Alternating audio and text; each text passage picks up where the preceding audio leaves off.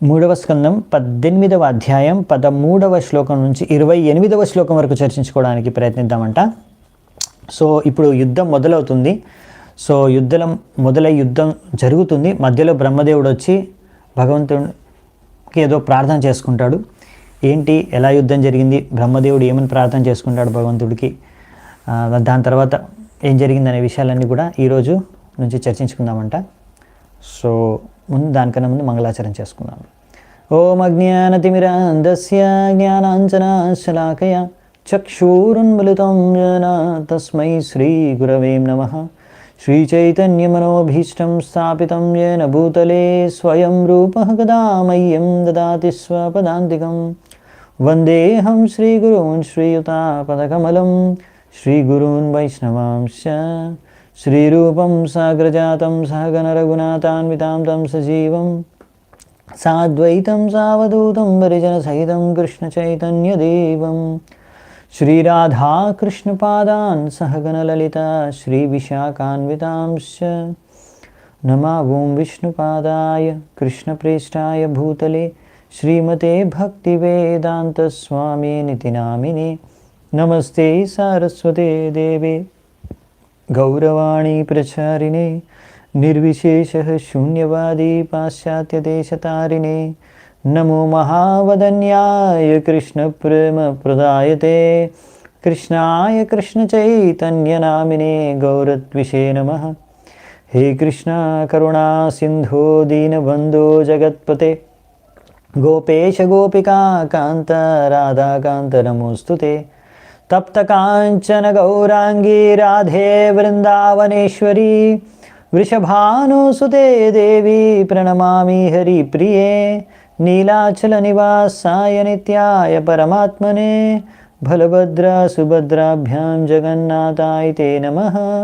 వాంఛాకల్పతరుభ్యశ్చ కృపా సింధుభ్యేవ చ పతితానాం పావనేభ్యో వైష్ణవేభ్యో నమో నమః.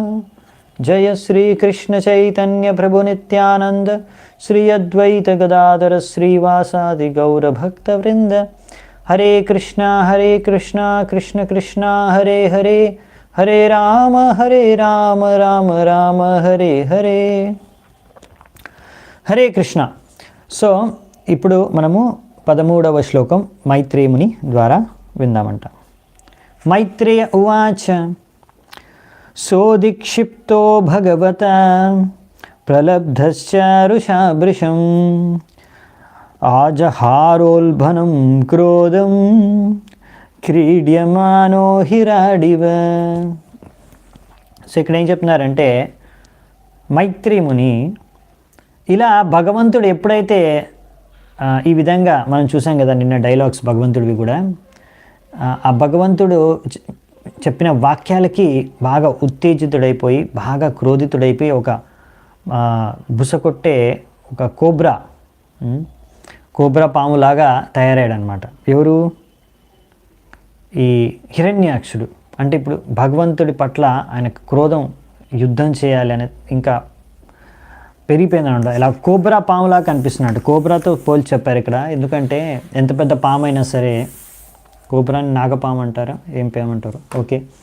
సో ఎంత పెద్ద పాము అయినా సరే, ఎవరైతే పాములోళ్ళు ఉంటారు కదా, పాముల్ని పట్టేవారు, పాములతో వాళ్ళు ఆడతారు, అవునా, వాళ్ళు వాయించే విధంగా మ్యూజిక్కి, సంగీతానికి పాము డ్యాన్స్ చేస్తూ ఉంటుంది. సో అంటే వారి చేతుల్లో ఎంత పెద్ద పాము అయినా సరే, అలా విషపూరితమైన పాముల్ని కూడా వాళ్ళు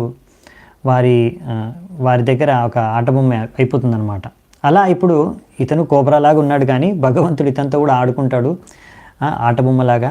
ఈజీగా ఇతన్ని ఫినిష్ చేస్తారు, ఎంత పెద్ద కోబ్రా అయినా సరే భగవంతుడి ముందు అని ఇక్కడ చెప్తున్నారన్నమాట. ఇంకో ఉదాహరణ కూడా ఇస్తున్నారు ప్రభుపాల్ ద్వారా. అలా ఇంకొక ఉదాహరణ మనం రావణాసురుని కూడా చూడొచ్చు. ఆయన అంటే కూడా ప్రతి దేవతకి ఎంతో భయం వేసేది, కానీ రామచంద్రుడు ఆయన్ని ఈజీగా చంపేశారు రావణాసురుడిని. రావణాసురుడు అప్పుడు ప్రార్థన కూడా చేసుకున్నాడు శివుడికి, అయినా కానీ ఏమి లాభం లేకపోయిందనమాట. రావణాసురుడు శివుడికి ప్రార్థించుకున్నా కానీ ఆయన రాముడి చేతిలో నుంచి బతకలేకపోయాడు, చచ్చిపోయాడు.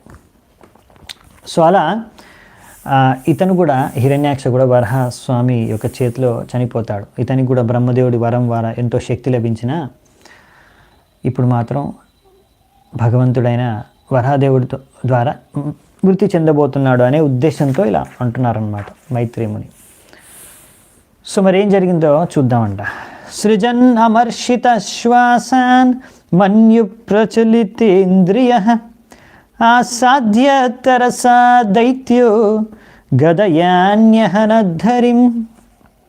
ఇలా పాము ఇలా బుస కొడుతూ ఉంటుంది కదా, అలా హిస్సింగ్ ఇలా బుస కొడుతూ, అంటే ఇతను కూడా అంటే అన్ని ఇంద్రియాల ద్వారా ఇప్పుడు ఎంతగా అతను విచలితమైపోయి క్రోధంతో ఉన్నాడంటే ఆ క్రోధంతో వెంటనే గద తీసుకొని భగవంతుడి వైపు, అదే వరాహస్వామి వైపు భగవంతుడిని అటాక్ చేస్తూ ఆక్రమణ చేస్తూ ప్రహారం చేయడానికి వస్తున్నారన్నమాట. అలా వచ్చినప్పుడు భగవంతుడు ఏం చేశారంటే భగవాంస్తు గదా వేగం విసృష్టం రిపునోరసి అవాంఛయతిరశ్చీనో యోగారూఢ ఇవాంతకం. భగవంతుడు కొద్దిగా సైడ్ అయ్యారంట, అంతే. కొద్దిగా సైడ్ అవ్వగానే ఆయన ఛాతికి తగలాల్సిన ఆ యొక్క గద యొక్క ప్రహారం అది ఛాతికి తగలకుండా సైడ్ నుంచి వెళ్ళిపోయిందంట. ఇలాంటి సీన్లు మీరు సినిమాలో చూస్తారేమో, కానీ అవన్నీ కూడా ఇక్కడ నుంచి కాపీ కొట్టారనమాట. సో ఇక్కడ భగవంతుడు మనం చూస్తున్నాము ఎలా అంటే ఆ యొక్క ప్రహారాన్ని తప్పించుకున్నాడంటే, ఎలా అయితే యోగులు మృత్యు వచ్చినప్పుడు దాన్ని ఎలా తప్పించుకుంటారు. యోగులు వారి యొక్క యోగశక్తి ద్వారా మృత్యు కాలాన్ని, సమయాన్ని వాళ్ళు ఇంకా తప్పించుకోగలుగుతారు ఆ సమయంలో. అంటే ప్రతి ఒక్కరు చావాలనుకోండి ఈ భౌతిక ప్రపంచంలో, కానీ సమయాన్ని వాళ్ళు, అంటే ఇప్పుడు 100 ఏళ్ళకి చావాల్సిందనుకోండి, యోగ శక్తి, యోగ సిద్ధి ద్వారా, యోగ ప్రాక్టీస్ ద్వారా వాళ్ళు 200 ఏళ్ళు 300 ఏళ్ళు కూడా జీవించగలుగుతారు. అలాంటి చాలామంది యోగులు ఈరోజు కూడా బతికే ఉన్నారు హిమాలయాల్లో. సో మీరు కావాలంటే వెళ్ళి చూసుకోవచ్చు హిమాలయాల్లో. సో అది మ్యాజిక్ కాదు, సో అది యోగా పద్ధతి, అది సైన్స్ అనమాట, విజ్ఞానం. సో భగవంతుడు కూడా అలా యోగులు ఎలా తప్పించుకుంటారో మృత్యు సమయం నుంచి వచ్చినప్పుడు, అలా ఇక్కడ భగవంతుడు కూడా ఈజీగా తప్పుకున్నాడు. అది అతని ఛాతికి తగలకుండా గద ప్రహారం. సో ఈ విధంగా ఇక్కడ ఇంకో విషయం కూడా మనకి ప్రభుపాల్ ద్వారా చెప్తున్నారు ఏంటంటే, ఇలా భగవంతుడు ఆయనకి ఏదైనా, ఆయన స్వతంత్రుడు కనుక ఆయన ఏదైనా చేయగలడు, సాధ్యం. కానీ భగవంతుడి కృప ద్వారా ఒక భక్తుడు కూడా ఎన్నో అసాధ్యమైన ఇటువంటి పరిస్థితుల నుంచి బయటపడవచ్చు, లేకపోతే ఇలా ఏవైనా చేయొచ్చు, అసాధ్యమైన కార్యాలు కూడా. భగవంతుడు అంత శక్తిని ప్రదర్శించవచ్చు భగవంతుడి కృప ఉంటే అని రాశారనమాట. పునర్గదాం స్వమాధాయ భ్రామయంతం భీక్ష్ణుషః అభ్యదావాధరి క్రుద్ధ సంరంభాదష్టదచ్చదం. ఇప్పుడు భగవంతుడు భార్య అనమాట. భగవంతుడు కూడా ఎంతో క్రోధంతో ఈ యొక్క గదను, ఆయన గదను, భగవంతుడు తన గదను తీసుకొని ఇప్పుడు ఎంతో కోపంతో ఆయన పైన ఆక్రమించడానికి వెళ్తున్నారంట. అప్పుడు వెంటనే భగవంతుడు ఇలా ఆక్రమణకు వస్తున్నాడని చూసి ఆ యొక్క అసురుడైన హిరణ్యాక్ష కూడా తన గదతో ఇప్పుడు రెడీగా ఉన్నాడనమాట ఆక్రమణను అంటే స్వీకరించడానికి. సో భగవంతుడు తతశ్చ గదయా రాతిం దక్షిణస్యాం బ్రువి ప్రభో ఆజగ్నే సతు తాం సౌమ్య గదయా కోవిదోహన. సో ఆ విధంగా భగవంతుడు ఇక్కడ కుడి కనుబొమ్మ పక్కన వైపు ఆ గద ప్రహారం చేశారంట. సో అది దాని నుంచి తప్పించుకోవడానికి వెంటనే దాన్ని ఎదుర్కొంటూ ఈ యొక్క అసురుడైన హిరణ్యాక్షుడు కూడా తన గదను వెంటనే అక్కడ పెట్టేసి, అంటే భగవంతుడి గదతో ఒక ఆక్రమణాన్ని ఎదుర్కొన్నాడు అనమాట, తప్పించుకున్నాడు ఈ విధంగా. ఏవం గదాభ్యాం గుర్వీభ్యాం హర్యాక్షు హరిరేవ చ జిగీషయా సుసంరంభ అన్యోన్యం అభిజగ్నతు. సో ఇక్కడ ఏం చెప్తున్నారంటే, ఈ విధంగా హిరణ్యాక్ష, ఇక్కడ హర్యాక్ష అన్నారు, హర్యాక్ష ఇంకో పేరు హిరణ్యాక్షుడు అని రాశారు ప్రభుపాల్ వారు. భగవంతుడు ఇద్దరు కూడా ఈ ఒకరిపైన ఒకరు ప్రహారం చేసుకుంటూ ఒకరిపైన ఒకరు ఆక్రమణ చేసుకుంటూ గదా యుద్ధం చేస్తున్నారు. సో అలా గదా యుద్ధం ఒకరితో ఒకరు ఎలా చేస్తున్నారంటే నేను విజయవంతుని అవుతాను, నేను విజయం సాధిస్తాను అని ఇద్దరు తపనతో యుద్ధం చేస్తున్నారనమాట. అంటే ఇక్కడ ఏదో జస్ట్ భగవంతుడు కొట్టేసి వెంటనే ఒక షాట్కి హిరణ్యాక్ష చనిపోతున్నాడు అలాంటి సీన్ లేదనమాట. ఇక్కడ ఇద్దరు పోటాపోటీగా యుద్ధం చేస్తున్నారనమాట. తయోస్పృధౌ స్తిగ్మా గదాహతాంగయో క్షటాశ్రవఘ్రాణ వివృద్ధమన్యవో విచిత్రమార్గాంశరతో జిగీషయ వ్యభాదిలాయామివ శుష్మినోర్మృదః. సో ఈ విధంగా ఇక్కడ ఇద్దరి మధ్య ఎంతో ఉత్కంఠమైన యుద్ధం జరుగుతుందన్నమాట. అంటే ఎలా అంటే ఇప్పుడు భగవంతుడు కొట్టడం ఆయన పడిపోవడం కాదనమాట. ఇక్కడ ఇద్దరు కొట్టుకుంటున్నారు, ఇద్దరు గదలతో ప్రహారం చేసుకునేటప్పుడు ఒకరిపైన ఇంకొకరు ప్రహారం జరుగుతుంది. సో ఇద్దరి శరీరాలకి తీవ్రమైన గాయాలు జరిగాయంట. అలా గాయం జరిగినప్పుడు అందులోంచి వచ్చిన రక్తం చూసి వాళ్ళకి ఇంకా క్రోధం పెరిగిపోయేదంట, ఇంకా ఉత్తేజం వచ్చేదంట, ఇంకా ఉత్సాహంతో మళ్ళీ ప్రహారం చేసేవారు. అలా వారిపైన వచ్చిన గాయంతో జరిగిన రక్తం బయటికి రావడం వలన వారికి ఇంకా ఉత్తేజంతో రెట్టింపు ఉత్సాహంతో వాళ్ళు యుద్ధం చేసేవారు. ఈ విధంగా ఇద్దరు కూడా నేను విజయాన్ని సాధిస్తానని ఒక రెండు ఎద్దులు ఒక ఆవు కోసం కొట్లాడినట్టుగా కొట్లాడుతున్నారు, యుద్ధం చేస్తున్నారని చెప్పారు. సో ఇక్కడ ఇక్కడ మన భూమాత కాపాడ్డారు కదా, భూమాతను కాపాడడానికి ఇక్కడ వరాదేవులు వచ్చారు. ఈ హిరణ్యాక్షుడు వచ్చి అది నాది అని చెప్తున్నారు. సో యుద్ధం జరిగింది కదా. సో ఇక్కడ ఈ పృథ్వీని ముందు కాలాల్లో ఇలా అని పిలిచేవారంట, ప్రభుపాల ద్వారా రాస్తున్నారు ఇక్కడ తాత్పర్యంలో. అందుకనే పృథ్వీని మనం ఉండే పృథ్వీని ఇలావృత వర్ష అని కూడా అనేవారు అనమాట. వీటి గురించి మనం మళ్ళీ 5వ స్కందంలో విస్తృతంగా చదువుకుంటాము.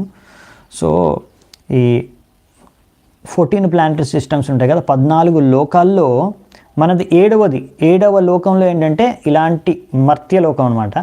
ఈ లోకంలో పృథ్వీ లాంటి ప్లానెట్స్ ఉంటాయన్నమాట, వర్షాలు ఉంటాయి. మనది ఒక్కటే కాదు, ఈ మొత్తం 14 లోకాల్లో 7వ మంది అంటే ఆ 7వ దాంట్లో మన ఒక్క పృథ్వీ ఒకటే లేదు, ఇంకా చాలా ఉంటాయి పృథ్వీ లాంటివి. కానీ మన పృథ్వీ ఏదైతే ఉందో ఈ 7th ప్లానటరీ సిస్టంలో దీని పేరు ముందు ఇలావృత వర్ష. మహారాజ్ పరీక్షిత్ పరిపాలించిన తర్వాత దీని పేరు భారతవర్షగా ప్రచురితం చెందిందనమాట.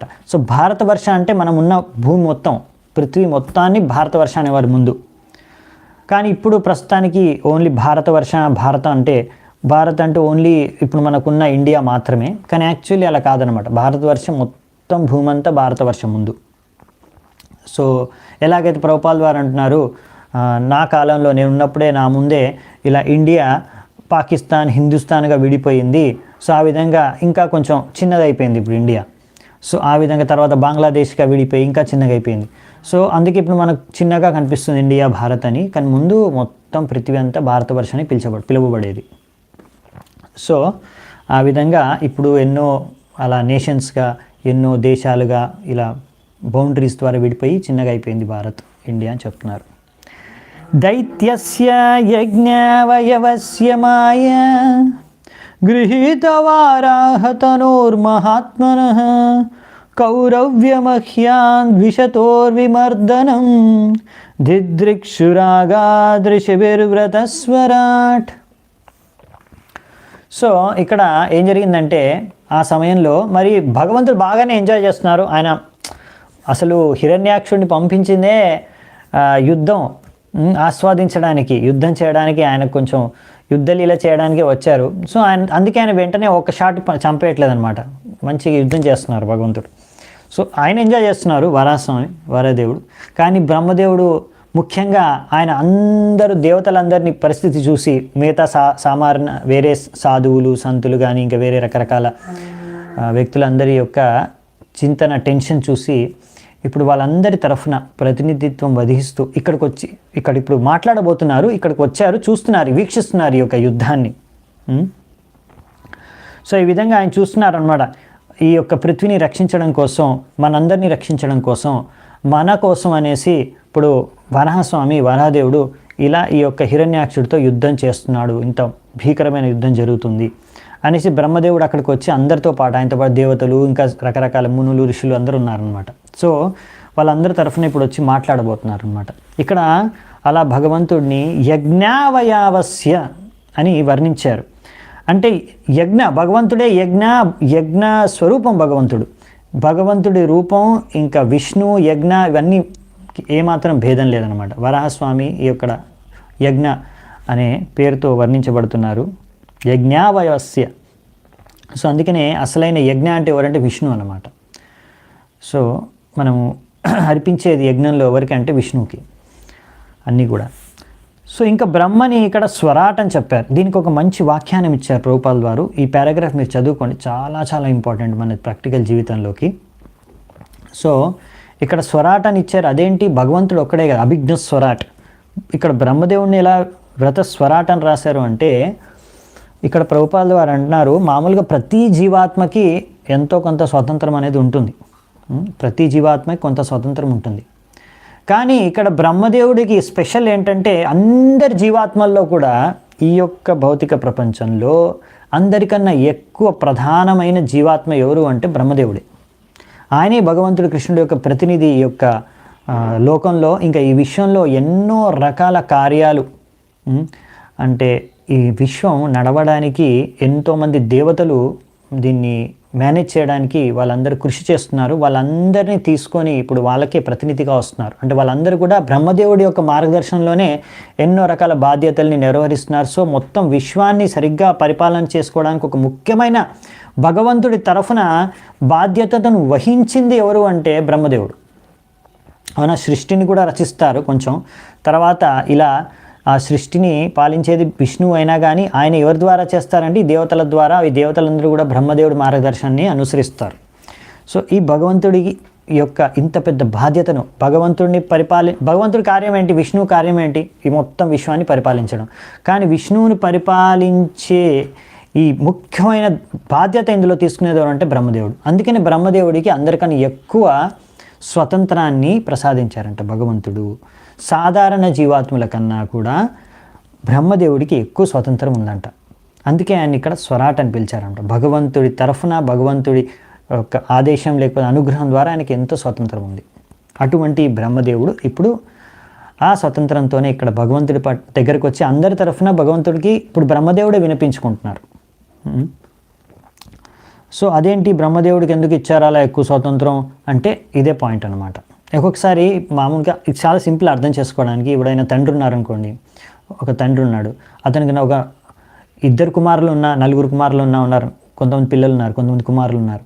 సో అందులో ఒక కుమారుడు మాత్రం ఆయన చేసే వ్యవసాయం, ఆయన చేసే వ్యాపారంలో చాలా బాధ్యతను తీసుకొని ఎంతో బాగా పనిచేస్తున్నారు, కష్టపడుతున్నారు, ఎంతో సహాయం చేస్తున్నారు. ఆయన ఇంత పెద్ద వ్యవసాయం వ్యాపారం మేనేజ్ చేయడానికి ఎంతో సహాయం చేస్తే ఆయన చేస్తారు, ఆయనకు ఎక్కువ బాధ్యత ఇస్తారు. ఆయన ఎందుకంటే ఆ ఒక పుత్రుడు బాగా కష్టపడి ఎంతో బాగా చక్కగా ఆయనకు ఎంతో సహాయం చేస్తున్నాడు, ఆయనకి ఎంతో సహాయం కలుగుతుంది. సో ఆయనకు ఎక్కువ స్వతంత్రం ఇస్తారు. ఆయనకు ఎక్కువ ఆయన యొక్క కిజోరి అదే తాళాలు కూడా ఆయనకి ఇచ్చేస్తారనమాట. అంటే డబ్బులు పెట్టుకునే ప్లేస్లో కూడా ఉంటుంది కదా కిజోరి, దాని యొక్క తాళం చెవి కూడా ఆయనకి ఇచ్చేస్తారు. ఇంకా ఏమైనా డెసిషన్ తీసుకోవాలంటే కూడా ఆయనకి ఆ స్వతంత్రం కూడా ఇచ్చేస్తారు. ఆయన కావాల్సిన డెసిషన్ తీసుకొని ఏ విధంగా కావాలంటే ఆ విధంగా అన్ని యూజ్ చేయొచ్చు, అన్ని స్థూపాయాలు అన్నీ ఆయన అండర్లో పెట్టేస్తారు. ఎందుకు అంత స్వతంత్రం, అంత పవర్ అంతా ఇచ్చేస్తున్నారు? అదే వేరే పుత్రుడు ఉన్నాడు, ఎప్పుడు జులాయిగా తిరుగుతూ ఉంటాడు, తినడం పడుకోవడం, ఎప్పుడు నా హక్కు నా హక్కు, నా షేరు నా భాగం అని ఎప్పుడు తండ్రిని పీక్కొని తింటూ ఉంటాడు. ఇంకా ఆయనకు పెద్ద తలకాయ నొప్పి అనమాట. సో అటువంటి అతనికి ఎక్కువగా స్వాతంత్రం ఇవ్వరనమాట. తండ్రి ఏం చేస్తాడు, అతన్ని ప్రతిదానికి అతనికి ఏం కావాలన్నా అతను అడిగి తెలిసి బాగా గమనించి అవసరం ఉందా లేదా చూసి ఆయనకి ఇస్తారనమాట. అదే ఈ కొడుకు ఎవరైతే బాధ్యతను తీసుకొని మొత్తం ఆయనే సహాయం చేస్తున్నారో ఆయనకి ఎక్కువ అడగరు, ఆయనకి ఏది కావాలంటే అది ఇచ్చేస్తారు.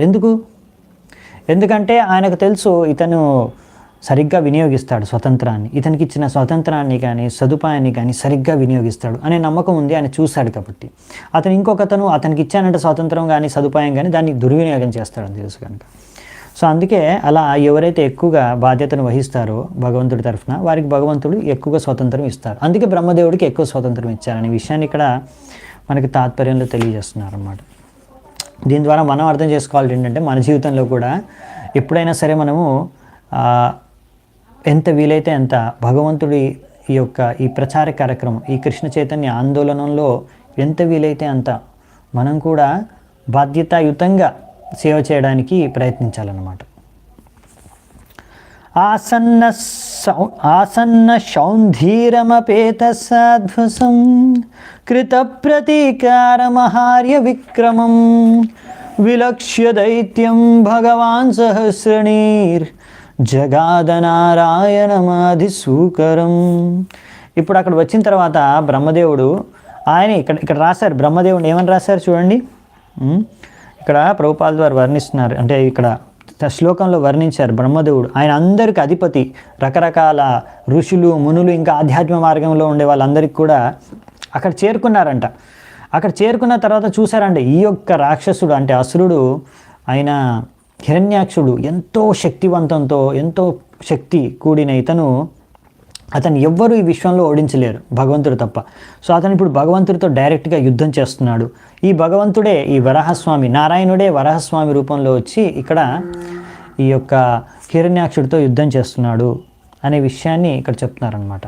అది చూస్తున్నారు బ్రహ్మదేవుడు. అది చూసి ఇప్పుడు ఆ యుద్ధాన్ని పరీక్షించిన తర్వాత ఇప్పుడు బ్రహ్మదేవుడు ఒక విన్నపం చేసుకుంటారు భగవంతుడికి.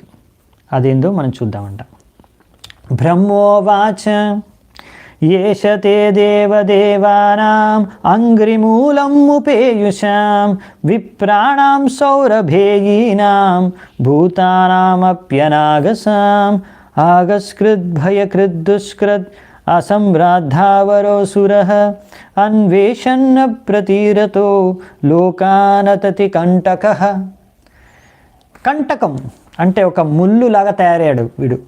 ఈ అసురుడు దేవతలకి మరియు బ్రాహ్మణులకి, ఆవులకి, గోవులకి, భక్తులకి, శుద్ధ భక్తులు ఎవరైతే అందరూ మిమ్మల్ని ఆరాధించుకుంటారో, మీ పాదపద్మాల్ని ఆశ్రయించారో వాళ్ళందరికీ కూడా మార్గంలో, వాళ్ళు పయనించే భక్తి మార్గంలో ఒక కంటకం, ఒక ముల్లులాగా తయారయ్యాడు ఈ యొక్క అసురుడు.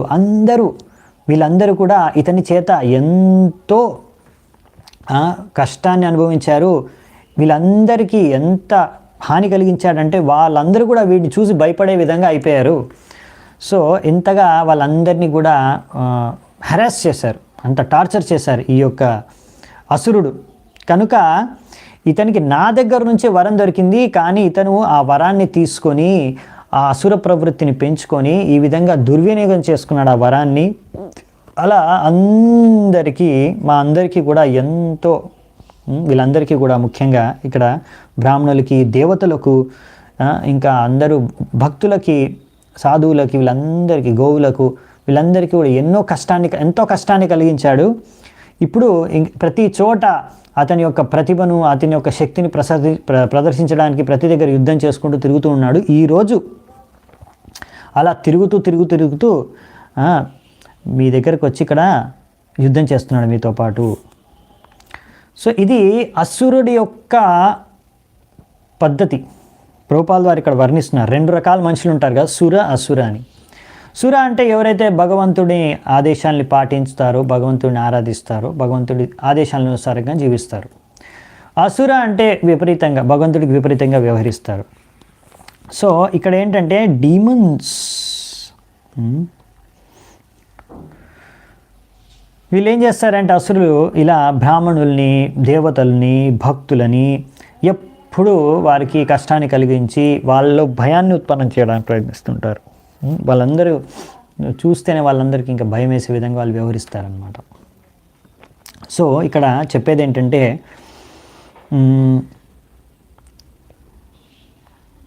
ఈ అసురు యొక్క విధి విధానం ఏంటో చెప్తున్నారు ప్రభుపాదుల వారు. వీళ్ళు దేవతల నుంచే వరాలు దొరుకుతాయి వీళ్ళకి. మళ్ళీ ఆ వరాల్ని తీసుకొని దేవతలనే వాళ్ళు ఎంతో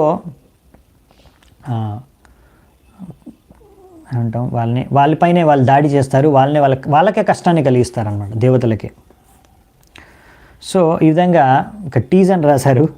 అంటే టీజ్ అంటే ఇంకా బేసికల్లీ ఏంటంటే వాళ్ళు దేవతల వైపే వ్యతిరేకంగా వ్యవహరిస్తారనమాట. వాళ్ళకు దొరికిన శక్తి ఎక్కడి నుంచి దొరుకుతుంది? దేవతలకే. ఇప్పుడు ఈ హిరణ్యాక్షుడికి కూడా బ్రహ్మదేవుడి నుంచే శక్తి లభించింది. కానీ ఆయన ఏం చేస్తున్నాడు? ఆ బ్రహ్మదేవుడు అనుచరులైన అందరి దేవతల్ని రకరకాల సాధువు సంతులు అందరినీ కూడా హింసిస్తున్నాడు దాని ద్వారా, ఆ శక్తి ద్వారా వాళ్ళ బల ప్రయోగం వాళ్ళ మీద చేస్తున్నాడు. అలాగే ఇంకో ఉదాహరణ ఇక్కడ ఇస్తారు. ఒక అసురుడు ఉండేవాడు, శివుడిని పూజించేవారు అనమాట. ఆ అసురుడు శివుడిని ఆరాధించేవారు. ఆ అసురుడు ఏం చేశాడు, శివుడిని బాగా ఆరాధించి తర్వాత ప్రత్యక్షమైన తర్వాత నాకు ఒక వరం కావాలి, నేను ఎవరిపైన చేయి పెడితే, ఎవరి తలకాయ పైన చేయి పెడితే అతను అక్కడే బూడిదైపోవాలి, సమాధి అయిపోవాలంటే, అంటే చనిపోవాలంటే సరే అనేసి శివుడు ఆయనకి తదాస్తు అనేసి వరాన్ని ఇచ్చేస్తాడు.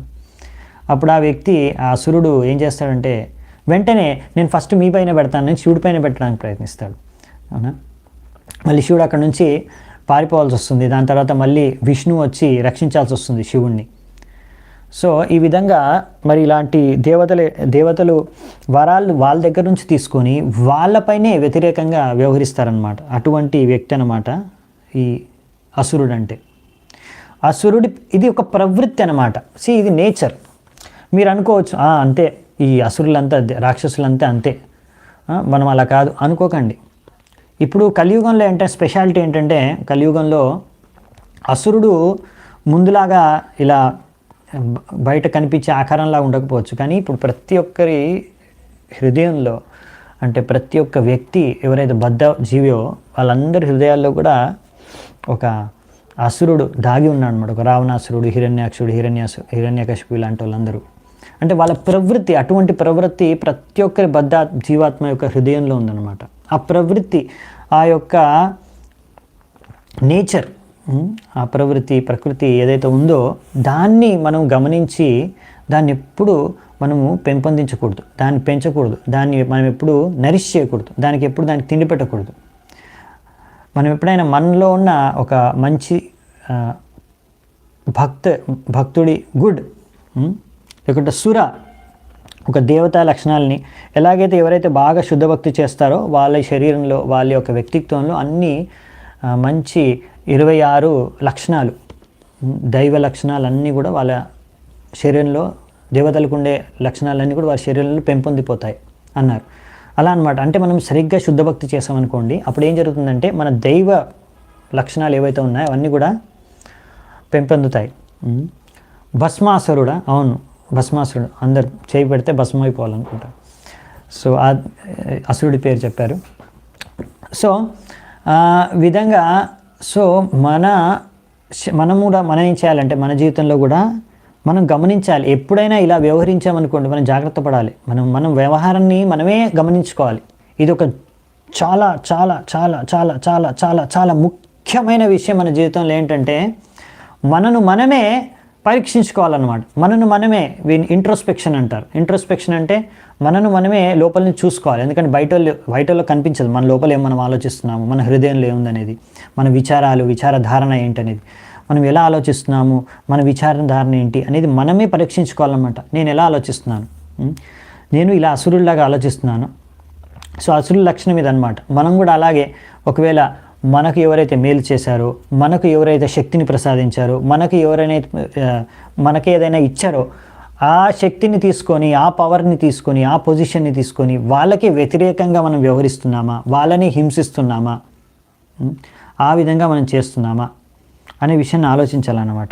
ఒక్కొక్కసారి తెలియకుండానే చాలామంది భక్తులు అలా వ్యవహరిస్తూ ఉంటారన్నమాట. సో అది తప్పు అన్నమాట. మనం చాలా జాగ్రత్తగా ఉండాలి. సో మన శక్తిని, మనకిచ్చిన సదుపాయాల్ని, మనకిచ్చిన స్వతంత్రాన్ని ఎప్పుడైనా సరే మనం దుర్వినియోగం చేయకూడదు. ఇంకొకటి ఏంటంటే మన అధికారులు లేకపోతే మనకి ఇచ్చిన వాళ్ళపైనే మనము వ్యతిరేకంగా వ్యవహరించడానికి ప్రయోగించకూడదు. అది అసుర ప్రవృత్తి అన్నమాట. ఆ ప్రవృత్తి మనం ఉంచుకోకూడదు. ఇంకా చెప్పాలంటే ఇక్కడ అసురులు ఏంటంటే వాళ్ళు ఇలా డ్రామా చేస్తారు. ఇప్పుడు చూసారు కదా, ఇక్కడ డ్రామా అంటే ఇక్కడ వాళ్ళు నిజంగానే వాళ్ళకేం భక్తి లేదు దేవతల పైన, అంటే వాళ్ళకి ప్రేమేం లేదు. ఇక్కడ రావణాసురుడికి లేకపోతే ఇక్కడ మన ఈ భస్మాసురుడికి, వీళ్ళకి శివుడి పైన ఏం ప్రేమ లేదు. ఇంకా లేకపోతే ఇక్కడ ఇతని హిరణ్యాక్షుడికి బ్రహ్మదేవుడి పైన ఏం ప్రేమ లేదు. కానీ వీళ్ళు ఎందుకు ఈ దేవతలను ఆరాధిస్తున్నారు అంటే వాళ్ళ దగ్గర నుంచి ఏదో శక్తి పొందడానికి, పవర్ పొందడానికి, నేను బలవంతం అవ్వాలి, నాకు శక్తి కావాలి, పవర్ కావాలి. ఆ పవర్ కోసం వాళ్ళకి ఎంతో కఠోర తపస్సులు చేసేస్తారనమాట. తపస్సులు చేసేసి సరే వీడు బాగా కష్టపడుతున్నాడు అనేసి ఇంకా ఫలాన్ని ఇచ్చేస్తారు, వాళ్ళు వరాలను ఇచ్చేస్తారు దేవతలు. సో అలా వరాలని తీసుకునేది వాళ్ళు దేవతల నుంచి, వాళ్ళని ఆరాధించే దేవతలకి ఓన్లీ ఇది కొంచెం ఆశించనమాట. సో తద్వారా ఏం జరుగుతుందంటే ఈ అసురులు ఇంత శక్తిని వాళ్ళు పొందుతారు, తర్వాత దాన్ని దుర్వినియోగం చేస్తారు, వారిపైనే ప్రయోగిస్తారు, వారికి వ్యతిరేకంగా వ్యవహరిస్తారు. సో ఇది సరైన పద్ధతి కాదనమాట. సో భక్తులు అలా ఏదో ఆశించి దేవతల్ని కానీ భగవంతుడిని కానీ ఆరాధించరు. సో అలా ఆశించి ఏదో మనకి ఇక్కడ నుంచి శక్తి లభిస్తుంది, పవర్ లభిస్తుంది, నాకు పోస్ట్ లభిస్తుంది, ఇక్కడ పొజిషన్ లభిస్తుంది, ఎవరిని పట్టుకుంటే మనకి శక్తి వస్తుంది, ఎవరిని పట్టుకుంటే మనకి పోస్ట్ వస్తుంది, ఎవరిని పట్టుకుంటే పొజిషన్ వస్తుంది, ఇది సరైన భక్తి చింతన కాదు. ఒకవేళ మీరు ఇలా ఆలోచిస్తున్నారనుకోండి, నేను చూశాను కొంతమందిని వస్తారు మందిరంలోకి, ఎవరిని పట్టుకుంటే నాకు పనులు అవుతాయి, నాకు కావాల్సిన పనులు అవుతాయి, ఎవరిని పట్టుకోవాలి అంటే వాళ్ళ స్వార్థం కోసం, వాళ్ళ స్వార్థం ఎలా పూర్తి చేసుకోవాలో దానికోసం ఎవరిని అప్రోచ్ చేయాలి, వాళ్ళ దగ్గరికి వెళ్ళి మంచి డ్రామా చేస్తారు, ఎంతో వినయంగా నటిస్తారు. ఇవన్నీ డ్రామాలు ఎన్నో చూశాను నేను. సో అందుకనే ఇవన్నీ భక్తుడి లక్షణాలు కాదనమాట, ఇవన్నీ అసుర ప్రవృత్తి అనమాట. సో మన ఇంద్రియ భోగం కోసం మనం ఎప్పుడు ఆశించకూడదు, దానికోసం మనం ఎప్పుడు భగవంతుడిని కానీ అధికారులను కానీ ఆశ్రయించకూడదు. అలాగే ఇంకా చెప్పాలంటే ఇక్కడ రాశారు ప్రభుపాదుల వారు, భక్తులు ఎవరైతే ఉంటారో వాళ్ళు ఎందుకు భగవంతుడిని ఆరాధిస్తారు, ఎందుకు మనము గురువుల్ని ఆచార్యుల్ని భగవంతుడిని ఆరాధిస్తున్నామంటే ఎప్పుడు మన ఇంద్రియ తృప్తి కోసం కాదు. ఒకవేళ ముక్తిని ప్రసాదించిన భగవంతుడు భక్తులకి దానిపైన ఆసక్తి లేదు, ఇంకా వేరే వదిలేసేయండి, స్వర్గం అవన్నీ వదిలేసేయండి, ముందు కూడా వస్తాయి చాలాసార్లు. ఎందుకంటే భక్తుడి యొక్క ఇచ్చ ఏంటంటే సేవ చేసుకోవడం అంతే. భగవంతుడికి సేవ చేసుకోవాలి అంటే ఎవరైనా చేసుకోవచ్చు, అవునా, ప్రతి ఒక్కరు చేసుకోవచ్చు, దానికి డబ్బు ఖర్చు లేదు, దానికి మీకు ఏం అవసరం లేదు, మీరు సేవ చేసుకోవాలంతే. ప్రతి ఒక్కరు సేవ చేసుకోవచ్చు, నవవిధ భక్తి, అవునా, నవవిధ భక్తి అనేది ప్రతి ఒక్కరు చేసుకోవచ్చు. సో దానికి మనకి ఇంకేం అవసరం లేదు, మనం ఆశించేది ఒకటే, మనం ప్రార్థించుకోవాల్సింది కూడా అదే. మనం ప్రతిరోజు హరే కృష్ణ మహామంత్రం చెప్పిస్తాం, దానికి అర్థం అదే, ఓ రాధాకృష్ణ నన్ను మీ సేవలో నాకు మీ సేవ చేసుకునే నాకు సదుపాయం కల్పించండి. అదే మనం జపం చేసుకునేది, ప్రతిసారి నామం చేసేది జపం, దాని అర్థం. సో మన ఉద్దేశం ఇదే, కానీ కనుక మనము దీనికోసమే మనం ఎప్పుడు ప్రయత్నించాలన్నమాట. సో ఎప్పుడు మన లాభాల కోసం మనం ఎప్పుడు ఆశించి ఈ లాభం నాకు దక్కుతుంది అని దానికోసం మనము ఆశించి భక్తి చేయకూడదు. మైనం మాయావినం దృప్తం నిరంకుశన్న సత్తమం అక్రీడా బాలవద్దేవ యత శిబిషం ఉత్తితం. సో బ్రహ్మదేవుడు ఇంకా ఏమంటున్నారంటే, ఇప్పుడు ఆయన ఒక సూచన ఇస్తున్నారు భగవంతుడికి. ఇప్పుడు ఏంటంటే బ్రహ్మదేవుడు చూశారనమాట వీళ్ళందరి పరిస్థితి, అందరు ఇంత టెన్షన్లో ఉన్నారు, అందరూ ఇప్పుడు ఎలా ఉందంటే మ్యాచ్ నడుస్తుంది, కానీ ఇక్కడ ఏం జరుగుతుందంటే ఇద్దరు యుద్ధం చేస్తున్నారు బాగా.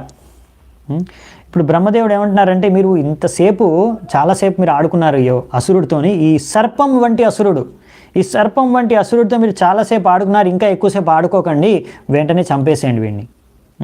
ఎందుకంటే వీడు చాలా మాయావి, ఇంకా ఎక్కువసేపు వీడిని వదలడం ఇంకా బతికి ఉండడం మంచిది కాదు, ఎంత తొందరగా వీడు చంపేస్తే అంత మంచిది, వధించేసేయండి అని. ఇక్కడ సర్పంతో పోల్చారు ఒక అసురుడిని. ఎందుకు అంటే ఇలాంటి సర్పం, ఇప్పుడు అసురుడు చనిపోతే అందరికీ మనశ్శాంతి కలుగుతుంది, ఆ విషయాన్ని ఇప్పుడు మళ్ళీ చెప్తారు బ్రహ్మదేవుడు. అలా సర్పం అనేది చనిపోతే, ఒక విషపూరితమైన సర్పం చనిపోతే సాధువులు సంతులు కూడా సంతృప్తి చెందుతారంట. అదేంటి, ఎప్పుడైనా ఒక ప్రాణి చనిపోతే ఎలా ఒక సాధువు సంతృప్తి చెందాలి అంటే, ఇవేంటంటే కొన్ని ప్రాణులు ఉంటాయి ఇలాంటి విషపూరితమైన సర్పాలు, కొన్ని స్కార్పియన్ తేలు, ఇలాంటి కొన్ని ప్రాణులు ఉంటాయి. అవి బాగా వాళ్ళ యొక్క స్వభావం ఏంటంటే బాగా ఎన్వియస్ అనమాట, ఈర్ష్యాపూరితంతో ఏమాత్రం కారణం లేకుండా కూడా అవి కాటు వేస్తూ ఉంటాయి అన్నమాట. అలా మీరు ఒకవేళ మంచి పాముని బాగా ప్రతిరోజు పాలు పోసి పెంచారనుకోండి, తర్వాత అది మిమ్మల్నే కాటేయచ్చు ఒకరోజు. సో అలా అనమాట వాటి నేచర్. సో అందుకనే ఇలాంటి పాము లాంటి, అందుకే పాముల్ని, ఇలాంటి పాములు ఎక్కడైనా పిల్లలు కూడా ఒక్కొక్కసారి ఊర్లలో పాము కనిపిస్తే కట్టెతో కొట్టి రాళ్ళతో కొట్టి చంపేసి అలా చనిపోయిన పాముతో కూడా ఆడుకుంటూ ఉంటారని ప్రభుపాదుల వారి ఇక్కడ తాత్పర్యంలో రాస్తున్నారు. సో అందుకనే ఇలాంటి విషపూరితమైన సర్పం వంటి వాడి యొక్క అసురుడు, సో ఎవ్వరికీ వీడు అవసరం లేదు, వీడిని చంపేయండి, అందరూ సంతృప్తి చెందుతారని చెప్తున్నారు. సో నయావత్ ఏష వర్ధేత స్వాం వేలాం ప్రాప్య దారుణః స్వాం దేవమాయామాస్తాయ తావజ్జహ్యగమచ్యుత. బ్రహ్మదేవుడు ఇంకా ఏం చెప్తున్నారంటే, నా ప్రియ భగవంతుడా, మీరు అచ్యుత అంటే మీరు ఎప్పుడు కూడా ఫెయిల్ అవ్వరు, మీరు ఎప్పుడు కూడా పతనం అవ్వరు. మీరు అతనితో యుద్ధం చేస్తున్నారు, మీరు తప్పకుండా విజయాన్ని సాధిస్తారు. నాకు సంపూర్ణంగా నమ్మకం ఉంది, నాకు అస్సలు డౌటే లేదు. మీ యొక్క యోగశక్తి ద్వారా ఆయన్ని ఎంతో సునాయాసంగా మీరు చంపేయగలరు. కానీ ఇప్పుడు మేము చెప్పేది ఏంటంటే, ఈ యొక్క అసురుడిని వెంటనే చంపేస్తే మంచిది. ఎందుకంటే ఇప్పుడు రాబోయే గడియలు, రాబోయే సమయం అసురుడికి చాలా అనుకూలంగా ఉండే సమయం రాబోతుంది. ఎందుకంటే ఆ సమయం రాకన్నా ముందే మీరు చంపేస్తే చాలా మంచిది. ఎందుకంటే ఆ సమయం ఆసన్నమైతే ఇతనికి ఇంకా శక్తి పెరిగిపోతుంది, అప్పుడు వీడిని చంపడం ఇంకా కష్టమైపోతుంది. ఏషా ఘోరతమా సంధ్య లోకశంబట్కరి ప్రభు ఉపసర్పతి సర్వాత్మన్ సురాణం జయమావహ. సో ఇక్కడ ఏం చెప్తున్నారంటే, హే భగవంతుడా, ఇప్పుడు సంధ్య రాత్రి ఆసన్నం అవుతుంది. దీని ద్వారా అంధకారంతో మొత్తం వస్తుంది. సో అందుకనే ఇప్పుడు ఈవినింగ్ అయిపోతుంది, సాయంత్రం అయిపోతుంది, దీని తర్వాత రాత్రి అవుతుంది, దాని తర్వాత ఇంకా ఈ యొక్క అసురుల యొక్క శక్తి పెరిగిపోతుంది. అందుకనే పరమాత్ముడువైన నువ్వు, ఓ భగవంతుడా, వెంటనే వీడిని చంపేసి ఇంకా వీళ్ళందరూ దేవతలందరి తరఫున మీరు ఎలాగో యుద్ధం చేస్తున్నారు కాబట్టి వీళ్ళందరికీ విజయాన్ని అందించండి అని. ఇప్పుడు దేవతలందరి తరఫున భగవంతుడు ఇక్కడ యుద్ధం చేస్తున్నాడు ఈ యొక్క వరహాదేవుడితో. సో వీళ్ళందరికీ విజయాన్ని అందించండి అని. అదునైష్యోభిజిన్నామ యోగో మౌహూర్తికో హ్యగత్ శివాయన్నస్త్వం సుహృదాం ఆశు నిస్తరా దుస్తరం. ఇక్కడ ఏం చెప్తున్నారంటే అభిజిత్ ముహూర్త. ఈ అభిజిత్ ముహూర్తం అంటే చాలా అనుకూలమైన మంచి ముహూర్తం అనమాట ఈ అసురుడిని చంపడానికి. ఇప్పుడు ఆ ముహూర్తం ఆల్మోస్ట్ అయిపోయింది, సమయం గడిచిపోయింది, ఆల్మోస్ట్ గడిచిపోయింది. ఇంకా దీని తర్వాత వచ్చే ముహూర్తాలు మంచివి కావు, వచ్చే గడియలు మంచివి కావు. అందుకని ఇప్పుడే వీడిని చంపేయడం చాలా మంచిది. దీని ద్వారా ఏం జరుగుతుందంటే, మీ యొక్క శ్రేయోభిలాషులు, మీ యొక్క మిత్రులు, వీళ్ళందరికీ కూడా ఎంతో ఆనందం కలుగుతుంది. వాళ్ళందరికీ మేలు కోరి, అంటే దేవతలు ఇంకా ఈ భక్తులు అందరి మేలు కోరి వెంటనే వీడిని చంపేసేయండి అని. సో ఇక్కడ ఏంటంటే, మామూలుగా ప్రతిసారి బ్రహ్మదేవుడు వాళ్ళందరి తరఫున, భక్తులు మరియు దేవతలు మరియు ఋషులు మునులు వీళ్ళందరి తరఫున కూడా ఆయన వినిపించుకుంటున్నాడు. బ్రహ్మదేవుడు అంటాడు, నాకు పూర్తి నమ్మకం ఉంది మీరు ఎంతో సింపుల్గా ఆయన్ని చంపేయగలరు. అందుకే చెప్తున్నా, వీళ్ళందరూ మాత్రం ఇంకా టెన్షన్లో ఉన్నారు, వాళ్ళందరూ టెన్షన్ దూరం చేయండి, వాళ్ళందరికీ శాంతిని ప్రసాదించండి అని ఇప్పుడు కోరుకుంటున్నారు. ధిష్ట్యా త్వాం విహితం మృత్యుం అయం ఆసాదిత స్వయం విక్రమ్యైనం మృధే హత్వా లోకానాధేహి శర్మణి. The demon. సో ఈ యొక్క అసురుడు అదృష్టవశాత్తు వెతుకుతూ యుద్ధం చేయాలి అని వెతుకుతూ కోరి మీ దగ్గరకు వచ్చాడు, మృత్యువు దగ్గరకు చేరుకున్నాడు. ఇప్పుడు మీరు అతనికి మృత్యువుని అందించండి. ఈ విధంగా మీరు మీ యొక్క శక్తి ద్వారా ప్రదర్శించి ఈ యొక్క ద్వంద్వ యుద్ధంలో ఇతన్ని ఓడించి తద్వారా ఇతనికి మృత్యు